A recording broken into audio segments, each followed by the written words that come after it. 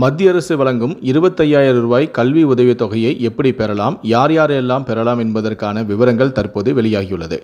மத்திய அரசின் தொழிலாளர் மற்றும் வேலைவாய்ப்பு அமைச்சகத்தின் கீழ் பீடி, சுண்ணாம்புக்கல் மற்றும் டோலமைட் சுரங்க தொழிலாளர்கள், சினிமா தொழிலாளர்களின் 1ஆம் வகுப்பு முதல் தொழில்முறை படிப்புகள் வரை பயிலும் குழந்தைகளுக்கு 2024-25ஆம் நிதியாண்டில் ரூபாய் 1000 முதல் ரூபாய் 25,000 கல்வி உதவித்தொகை பெறுவதற்கான மின்னணு முறையில் விண்ணப்பங்கள் வரவேற்கப்படுகின்றன.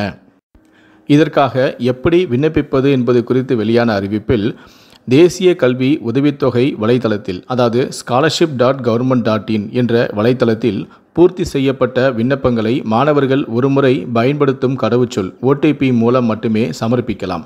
ஒவ்வொரு மாணவரும் தனக்கென தனியாக தேசியமயமாக்கப்பட்ட வங்கியின் மைய வங்கி அமைப்பு என்ற தொழில்நுட்ப முறையில் தங்களுடைய சேமிப்பு கணக்கானது தேசிய மின்னணு பரிவர்த்தனை வசதிகளை பெற்றிருக்க வேண்டும். விண்ணப்பதாரர்கள் தங்களது ஆதார் எண்ணை தங்களுடைய சேமிப்பு வங்கி கணக்குடன் இணைத்திருந்தால் மட்டுமே கல்வி உதவித்தொகை பெறுவதற்கு தகுதியுடையவராக கருதப்படுவர். இந்த திட்டத்தின் கீழ் கல்வி நிதி உதவித்தொகை பெறுவதற்கு விண்ணப்பதாரர்கள் தங்களது ஆதார் எண்ணை பயன்படுத்துவதற்கு மின்னணு முறையில் ஒப்புதல் வழங்க வேண்டும். கல்வி நிறுவனங்களின் பங்களிப்பு மிகவும் முக்கியமானதாகும்.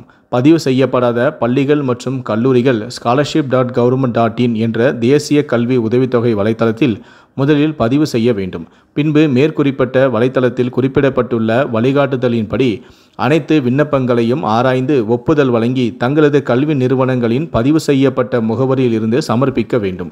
ஒருவேளை கல்வி நிறுவனங்கள் மின்னணு விண்ணப்பங்களை தங்களின் பதிவு செய்யப்பட்ட முகவரியிலிருந்து சமர்ப்பிக்காமல் அடுத்த கட்ட சரிபார்க்கும் முறைக்கு சமர்ப்பிக்கும் பட்சத்தில் அந்த விண்ணப்பங்களை மேற்கொண்டு கல்வி உதவித்தொகை பெறுவதற்கு செயல்படுத்த இயலாது. வகுப்பு 1 முதல் 10 வரை விண்ணப்பங்கள் வந்து சேர வேண்டிய கடைசி நாள் 31/8/2024 மற்றும் அனைத்து உயர்கல்வி மாணவர்களின் விண்ணப்பங்கள் வந்து சேர வேண்டிய கடைசி நாள் 31/10/2024 ஆகும் என மாவட்ட ஆட்சியர் தெரிவித்துள்ளார்.